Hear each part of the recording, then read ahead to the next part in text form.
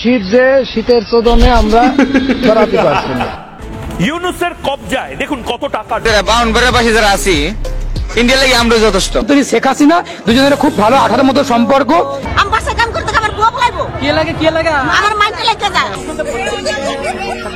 সেই প্রকৃতিতে এখনো চলছে।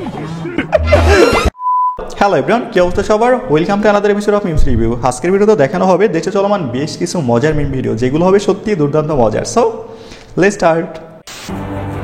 আমি জানি না চাচা জানরা কেনাইনদের ব্যাপারে জানেন কিনা, কিন্তু আবারও বলছি, একজন মিলিটারি অফিসারকেও হিউম্যান অর্থাৎ মানুষ যারা, তাদের না পাঠালেও চলবে। আমাদের যে ডগ স্কোয়াড আছে অর্থাৎ কুকুর বাহিনী বা সার্মেয় বাহিনী যা আছে ভারতে, তাদেরকেই যদি পাঠানো যায়, তাইলে আমরা কেনাইন কুকুর বাহিনীকে গরুর মাংস দিয়ে আপ্যায়ন করে আবার পাঠিয়ে দেবো আপনাদের দেশে।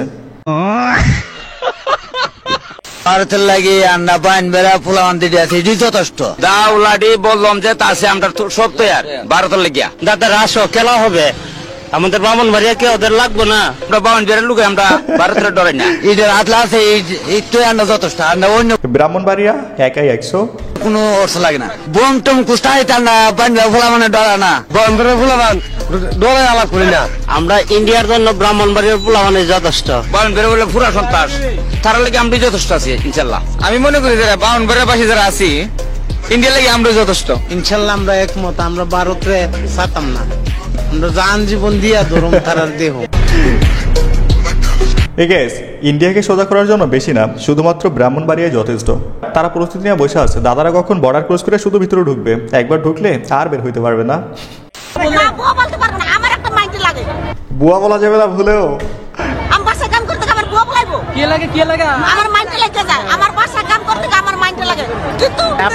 আপনাকে ম্যাডাম ডাক্তার আমার ম্যাডাম আমি খুশি। এই অধিকারটা আমি চাই, যাতে আমার সাথে ম্যাডাম বলাই, আমার ম্যাডাম বলাই তো হবে। সময়ের সাথে সাথে যৌক্তিক দাবি, এমন একটা দাবি শোনার অপেক্ষায় ছিলাম। বুয়া বললে মাইন্ডে লাগে, এখন থেকে সবাই কি বলবেন? ম্যাডাম বলবেন। গাইস এখন দেখেন, রিক্সাওয়ালা মামারা বলবে আমাদের আর মামা বলা যাবে না, আমাদেরকেও স্যার বলে ডাকতে হবে। এই দাবি শুধু এখন সময়ের অপেক্ষা। দেখেন এই মুহূর্তে ইউনুসের কবজায় দেখুন কত টাকা রয়েছে। এই টাকাটা কিন্তু বাংলাদেশিদের টাকা নয়, এই টাকাটা আমার আপনার দাদু দিদা ঠাকুমা যারা বাংলাদেশ থেকে চলে এসেছে, পূর্ববঙ্গ থেকে চলে এসেছে, তাদের টাকা। 22,32,000 কোটি টাকা ভারতীয় মুদ্রায়। এটা ইউনুসের কবজায় আছে, অর্থাৎ না কম হয়ে গেছে একটু। খালি তোমাদের দাদু দিদা না, পুরো বাংলাদেশটাই এখন ডক্টর ইউনুস সাহেবের কবজায় চলে গেছে। দেখেন কয়দিন পর বলবে মুকেশ আম্বানির চেয়েও ডক্টর ইউনুস সাহেবের অ্যাকাউন্টে বেশি টাকা, তারপর বলবে পুরো বাংলাদেশ ব্যাংকটাই তার দখলে। জমি পাওয়ার জন্য প্রধানমন্ত্রীকে মা ডাকাটা কতটুকু যৌক্তিক ছিল আপনার দিক থেকে? আমি তো আরেকটা জমি পাওয়ার জন্য ডক্টর মোহাম্মদ ইউনুস স্যারকে বাবা ডাকতে হলেও ডাকবো, কারণ আমার প্রয়োজন আছে। কাজে আমি এটার জন্য অনুতপ্ত না। একটা জিনিস পাওয়ার জন্য মা বাবা দাদা সবকিছুই ডাকা যায়, এবং আমি ভবিষ্যতেও ডাকবো। এটা নিয়ে আমি মোটেও অনুতপ্ত নাই। জমির জন্য হাসিনাকে আম্মা বলছে, বলতেই পারে, এটা আমরা নর্মালি ধরতেই পারি। বাবা যদি একাধিক বিয়ে করে আম্মা তো একাধিক হবেই, কিন্তু যখন বাবা একাধিক হয় তখন প্রশ্নটা উঠে যায় জন্মের ঠিক আছে কিনা।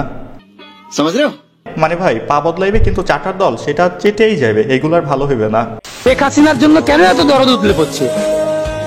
শেখ হাসিনা নরেন্দ্র মোদীর খুব ভালো বান্ধবী, এটা আমরা জানি। আমাদের প্রধানমন্ত্রী নরেন্দ্র মোদী, বাংলাদেশের প্রাক্তন প্রধানমন্ত্রী শেখ হাসিনা, দুজনের খুব ভালো আঠার মতো সম্পর্ক, খুব ভালো একটা বন্ধু বান্ধবীর সম্পর্ক, এটা আমরা জানি।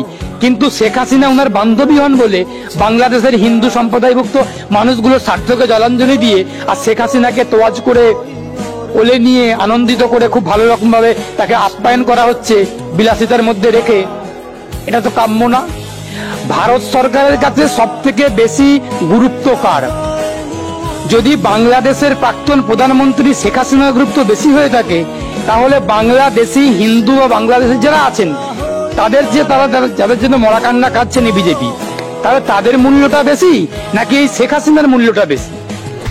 অবশ্যই শেখ হাসিনার মূল্য বেশি। কথা আছে না, লাভ ইজ ফার্স্ট, বাকি সব লাস্ট। এই শেখ হাসিনাকে যেভাবে আদর করে যত্ন করে কোলে তুলে ভারত সরকার আপ্যায়ন করছেন। হোয়াট? কোলে তুলে আপ্যায়ন মানে?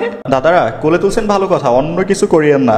ভালোই বলতেছি, আমাদের মেয়েকে আমাদের কাছে ফিরিয়ে দেন, নাইলে কিন্তু নারী নির্যাতন মামলা করে দেবো। দেখেন আচ্ছা, কোন দল সাপোর্ট করছেন? আমরা দুইজন আর্জেন্টিনা, ওকে আমরা ব্রাজিল হিসেবে নিয়েছি। আসলে ও আমাদের কথা শুনে না, তো ভাবলাম যে ও অপোজিটই যাবে। বেচারা পিচি দেখে অপমানগুলো সহ্য করে গেছে, একটু বড় হোক, তারপর ভিডিওটা দেখলে খবর আছে দেখেন। তবে গাইস, আমার ডার্টি মাইন্ডে একটা কোশ্চেন, আর্জেন্টিনা ডিএনএ থেকে তো আর্জেন্টিনায় হওয়ার কথা, ব্রাজিল হলো কেমনে? নাকি আবার ভাইয়ের অফিস চলাকালীন সময়ে নেইমার ঢুকছিল বাসায়? নারী এবং অবিবাহিত নারীর মধ্যে পার্থক্য? বিবাহিত নারী সকালবেলা গোসল করে, আর অবিবাহিত নারী সকালবেলা গোসল করে না, এটুকু পার্থক্য। আরে ভাই, উত্তরটা তো ডিপলি না নিয়া নর্মালিও দেওয়া যায় তো। বিবাহিত নারীরা হচ্ছে ইমু সৈনিক আর অবিবাহিতরা ইনস্টাগ্রামের সৈনিক, পার্থক্য জাস্ট এটুকুই। জীবন যদি সংগ্রাম হয় তাহলে যৌবন যুদ্ধ। পানির অপর নাম জীবন, তাহলে জীবনের অপর নাম আপনি। যখন আপাকে জিজ্ঞেস করা হয় দেশের টাকা হজম করতে কেমন লাগে, লে আপা যখন আমি প্রথমবার খাইছিলাম আমার জিহ্বার ফ্লেভার গুলা বার্স্ট হয়েছিল, আমার জিহ্বার ভেতর কত ভালো লাগছিল। প্রথম বাইটে আমার চোখটা কত বড় হয়ে গেছিল, মনে হচ্ছিল যে আমার চোখের পাপড়ি হলো আরো বড় হয়ে যাচ্ছিল। কত মজা ছিল এই খাবার, এরা হলো সবচেয়ে মজার খাবার এই পৃথিবীতে আমি খাইছি। আর ইন্ডিয়াতে এরকম খাবারও আমি পাইনি। এই খাবারটা অনেক মজা, আমার হাতেও মজা লাগতেছিল রে আল্লাহ, এই খাবার কত মজা। দেশের টাকা হজম করে খাইতে আসলে অনেক মজা। 10 বছর যাবত সন্তানহীন থাকায় বায়োলজির স্যারকে যখন নিয়মিত হানি নাটস খাওয়ার পরামর্শ দেই, মানে যতটুকু সক্ষম ছিলেন তার চেয়ে বিপরীত হয়ে যাবে, অক্ষম হয়ে যাবে। এই পর্যন্ত স্যার মানে উপকার ছাড়া কেউ বলে নাই, বলবে না তো, এগুলো বলার কথা নাই তো, এগুলো সব কথা বলা যায় না।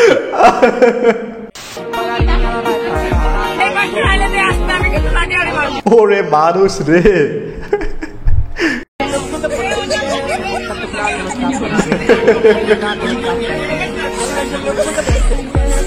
ওই 1 লাখ কয়জনে সামলাই রে।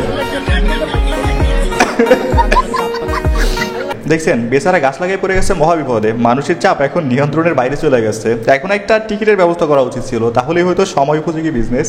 গাইস, আমি এক জায়গায় দেখছিলাম ছবি তোলার জন্য কৃষক একটা বেঞ্চ বানাই দিয়েছে উঁচু করে, যেখান থেকে খুব সুন্দর ছবি ওঠে। আর ওই বেঞ্চে উঠতে হলে আপনাকে 20 টাকা করে দিতে হবে। অসাধারণ একটা বিজনেস, প্রতিদিন 2-3 হাজার ইনকাম। সামনে থেকে গুসলখান ইউনিয়ন গুসলখান শাহবাগী গুসলখান আরেক জোরে গুসলখান ইউনিয়ন গুসলখান শাহবাগী শাহবাগী গোসলঘর।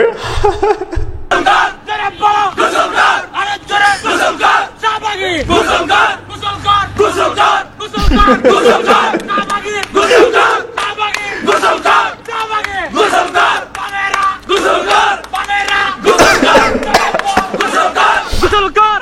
ঠিক আছে, আন্দোলনের শিডিউলটা একটু চেঞ্জ করা উচিত ছিল।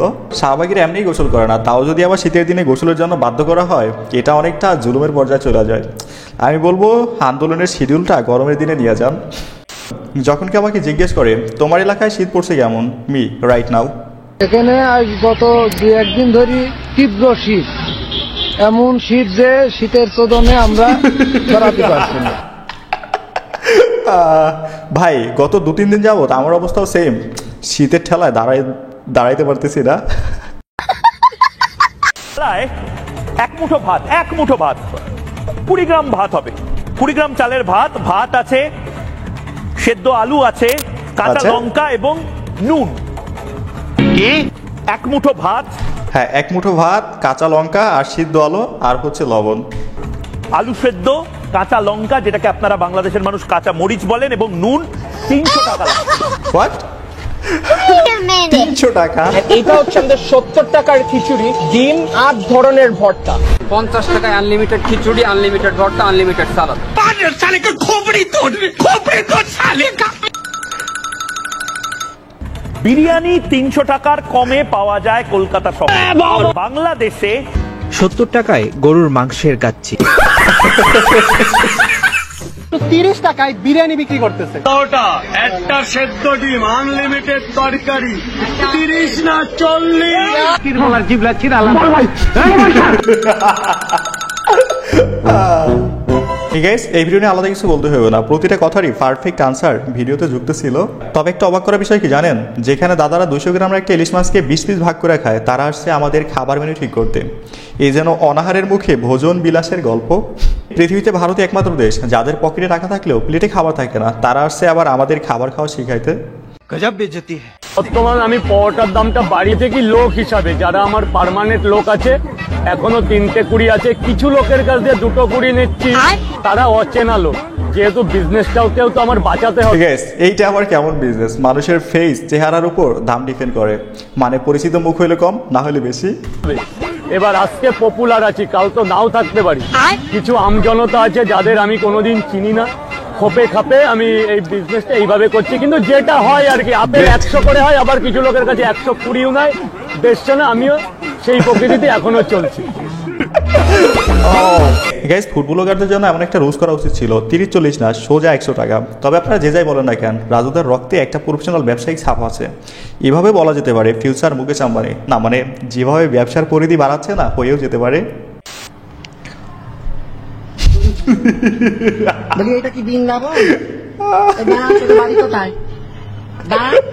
বাড়িটা কোথায়? ধরে নিয়েছি। এটা কিছু হইলো বলেন? বেচারারা একটু রোম্যান্স করতে নিয়েছিল, সেখানে এলাকার সিসি ক্যামেরা নিয়ে হাজির। এদের আর কমন সেন্স হলো না, কোথায় ক্যামেরা ধরতে হইবে এইটাও শিখলো না। তোমার নাম বলো। আমার নাম হচ্ছে শ্রেয়া। শ্রেয়া আপু, আপনি কি করেন? আমি স্টুডেন্ট। আসলে কি করেন? না, আসলে শুয়ে থাকি। ঠিক আছে, ওই ঠিক আমার মনের কথা বলে দিয়েছে। আমিও নামে মাত্র স্টুডেন্ট, আর সারাদিন ঘুমাই, মাঝে মাঝে ক্যাম্পাসে যাওয়া এটা হচ্ছে অনেকটা বিলাসিতা। Me Russian.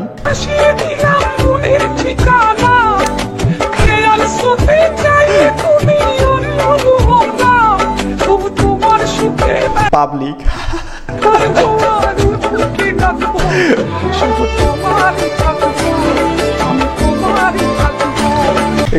এটা কিন্তু একদম সত্য, রাশিয়ান দেখলে সবার রিয়াকশন এরকম হয়। Life is full of problem, লে মি।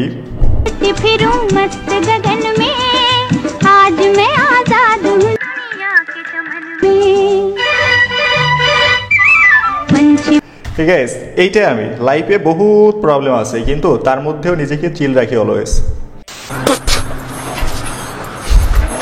যাবো কি যাব না, যাবো কি যাব না, যাবো কি যাব না, যাবো কি যাব না, যাবো কি যাব না। ঠিক আছে, গত দুদিন যে পরিমাণ শীত পড়ছে না, আমার অবস্থা ঠিক এমনই হয়েছে। গোসল করতে যাবো কি যাব না, যাবো কি যাব না। আপনাদের কার কার সেম অবস্থা কমেন্টে জানাতে পারেন। ঠিক আছে, ভিডিও শেষ পর্যায়ে বলতে চাই, ভিডিওটা যদি এই পর্যন্ত দেখছেন, যদি ভালো লেগে থাকে অবশ্যই একটা লাইক করবেন, যদি সম্ভব হয় একটা শেয়ার করে দিবেন, চ্যানেল নতুন হলে সাবস্ক্রাইব করে ফেলবেন, আর পেজ হলে ফলো করবেন। So by.